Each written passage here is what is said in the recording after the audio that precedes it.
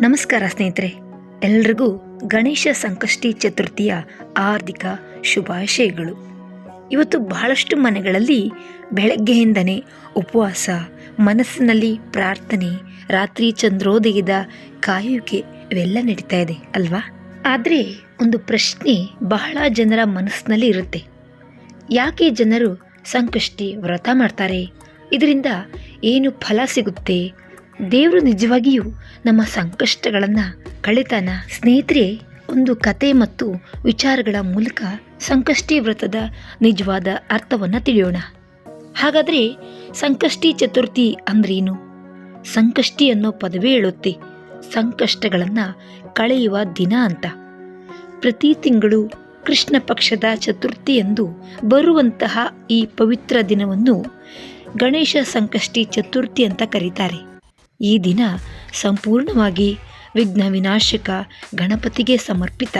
ಈ ದಿನ ಭಕ್ತಿಯಿಂದ ಗಣೇಶನನ್ನ ಪೂಜೆ ಮಾಡಿದರೆ ಜೀವನದ ದೊಡ್ಡ ದೊಡ್ಡ ಅಡಚಣೆಗಳು ನಿಧಾನವಾಗಿ ದೂರವಾಗ್ತವೆ ಅಂತ ನಮ್ಮ ಪುರಾಣಗಳು ಹೇಳ್ತವೆ. ಯಾಕೆ ಉಪವಾಸ ಮಾಡ್ತಾರೆ? ಬಹಳ ಜನ ಕೇಳ್ತಾರೆ, ಉಪವಾಸ ಮಾಡಿದರೆ ದೇವರು ಖುಷಿ ಆಗ್ತಾನ? ಇಲ್ಲ ಸ್ನೇಹಿತರೆ, ಉಪವಾಸ ದೇವರಿಗಾಗಿ ಅಲ್ಲ, ನಮ್ಮೊಳಗಿನ ಶುದ್ಧಿಗಾಗಿ. ಒಂದು ದಿನ ದೇಹದ ಹಸಿವಿಗಿಂತ ದೇವರ ನೆನಪು ದೊಡ್ಡದಾಗಬೇಕು. ಉಪವಾಸ ಅಂದರೆ ನಮ್ಮ ಕೋಪ, ಅಹಂಕಾರ, ಆತುರ ಇವೆಲ್ಲವನ್ನು ಸ್ವಲ್ಪ ನಿಯಂತ್ರಿಸುವಂತಹ ಪ್ರಯತ್ನ.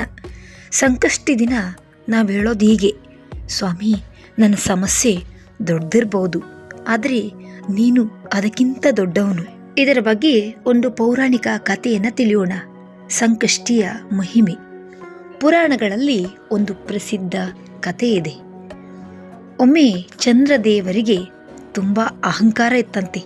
ತನ್ನ ಕಾಂತಿಯನ್ನು ನೋಡಿ ತಾನೇ ಶ್ರೇಷ್ಠ ಅಂತ ಭಾವಿಸಿದ್ದ. ಒಂದು ದಿನ ಗಣೇಶನು ಮೂಷಿಕ ವಾಹನದಲ್ಲಿ ಬರ್ತಾ ಇದ್ದಾಗ ಚಂದ್ರ ಗಣೇಶನನ್ನ ನೋಡಿ ನಗಲು ಶುರು ಮಾಡ್ದ. ಆಗ ಗಣೇಶನಿಗೆ ತುಂಬ ನೋವಾಯ್ತಂತೆ. ಅಹಂಕಾರದಿಂದ ನಕ್ಕ ಚಂದ್ರನಿಗೆ ಗಣೇಶ ಶಾಪ ಕೊಟ್ಟ. ಅದರಿಂದ ಚಂದ್ರನ ಕಾಂತಿ ಸಂಪೂರ್ಣವಾಗಿ ಹೋಯಿತು. ಲೋಕದಲ್ಲಿ ಕತ್ತಲೆ ಆವರಿಸ್ತು. ತಪ್ಪನ್ನ ಅರ್ಥ ಮಾಡಿಕೊಂಡ ಚಂದ್ರದೇವರು ಗಣೇಶನ ಪಾದಕ್ಕೆ ಬಿದ್ದು ಕ್ಷಮೆ ಕೇಳ್ದ. ಗಣೇಶ ಕರುಣೆಯಿಂದ ಹೇಳ್ದ, ಪ್ರತಿ ತಿಂಗಳು ಕೃಷ್ಣ ಪಕ್ಷ ಚತುರ್ಥಿ ಎಂದು ನನ್ನನ್ನು ಭಕ್ತಿಯಿಂದ ಪೂಜಿಸಿದವರು ತಮ್ಮ ಸಂಕಷ್ಟಗಳಿಂದ ಮುಕ್ತಿಯನ್ನು ಪಡೆಯಲಿ ಎಂದು. ಅದೇ ದಿನದಿಂದ ಸಂಕಷ್ಟಿ ಚತುರ್ಥಿ ಸಂಕಷ್ಟ ನಿವಾರಣೆಯ ದಿನವಾಗಿ ಪ್ರಸಿದ್ಧವಾಯಿತು. ಹಾಗಾದರೆ ಯಾಕೆ ಚಂದ್ರನನ್ನ ದರ್ಶನ ಮಾಡಿದ ನಂತರವೇ ಊಟ ಮಾಡಬೇಕು? ಸಂಕಷ್ಟಿ ದಿನ ಚಂದ್ರನ ದರ್ಶನ ಮಾಡಿದ ಮೇಲೆ ಮಾತ್ರ ವ್ರತ ಮುಗಿಸ್ತಾರೆ. ಇದರ ಹಿಂದಿನ ಅರ್ಥ ಬಹಳ ಆಳವಾಗಿದೆ. ಚಂದ್ರ ಅಂದರೆ ಮನಸ್ಸಿನ ಸಂಕೇತ, ಗಣೇಶ ಅಂದರೆ ಬುದ್ಧಿಯ ದೇವರು. ಬುದ್ಧಿ ಸರಿಯಾದರೆ ಮನಸ್ಸು ಶಾಂತವಾಗುತ್ತೆ. ಮನಸ್ಸು ಶಾಂತವಾದರೆ ಸಂಕಷ್ಟಗಳು ನಮಗೆ ಕಡಿಮೆ ಕಾಣ್ತವೆ. ಅದಕ್ಕೇನೆ ಚಂದ್ರನ ದರ್ಶನ ಮಾಡೋದು.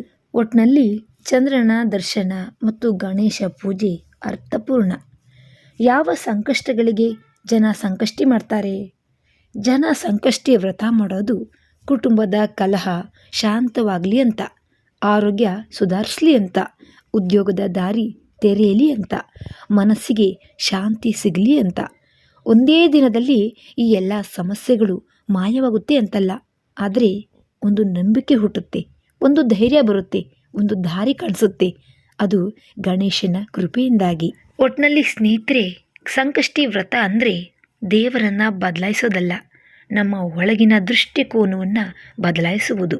ನಂಬಿಕೆ, ಸಹನೆ ಮತ್ತು ಭಕ್ತಿಯಿಂದ ಗಣೇಶನನ್ನು ನೆನೆಸ್ಕೊಂಡ್ರೆ ಸಂಕಷ್ಟಗಳು ನಿಧಾನವಾಗಿ ದೂರವಾಗ್ತವೆ. ಸ್ನೇಹಿತರೆ, ಈ ಮಾಹಿತಿ ನಿಮಗೆ ಇಷ್ಟ ಆಗಿದ್ರೆ ನಮ್ಮ ಸ್ತುತಿವಾಣಿ ಚಾನಲನ್ನು ಸಬ್ಸ್ಕ್ರೈಬ್ ಮಾಡಿ, ಶೇರ್ ಮಾಡಿ, ಲೈಕ್ ಮಾಡಿ, ಕಮೆಂಟ್ ಮಾಡೋದನ್ನು ಮಾತ್ರ ಮರಿಬೇಡಿ. Thank you.